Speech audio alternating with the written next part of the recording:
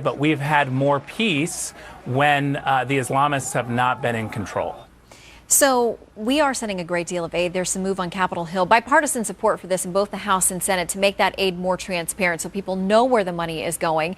In the meantime, there are those who say if we completely withdraw our aid or cut it back in a significant way from either the military or the humanitarian assistance, those kinds of things, that we're going to lose our ability to in any way influence the conversation and what happens there in Egypt. Is that our role? I mean, we do have interest in the region. There's Israel and there are other things that we do have to think about.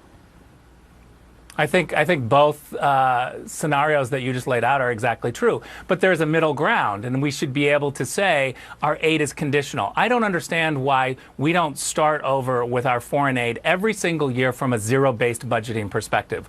Why do we allow countries to assume that they're going to automatically get all of our money? I think that there is a difference here between the Rand Paul and the Chris Christie formula when talking about some of these national security issues. I think there's a middle ground, and we need to be able to put conditions on our aid to be able to say to other countries, the aid is not endless, and if you don't kind of move towards our goals of greater democracy, not just an election, but greater freedoms and democracy, then our aid is going to be conditional. And quickly, I want to ask you, after the death toll continues to rise there, many in the Muslim Brotherhood say that they aren't going to go away peacefully, that they will fight to the death. For them, it is that kind of choice.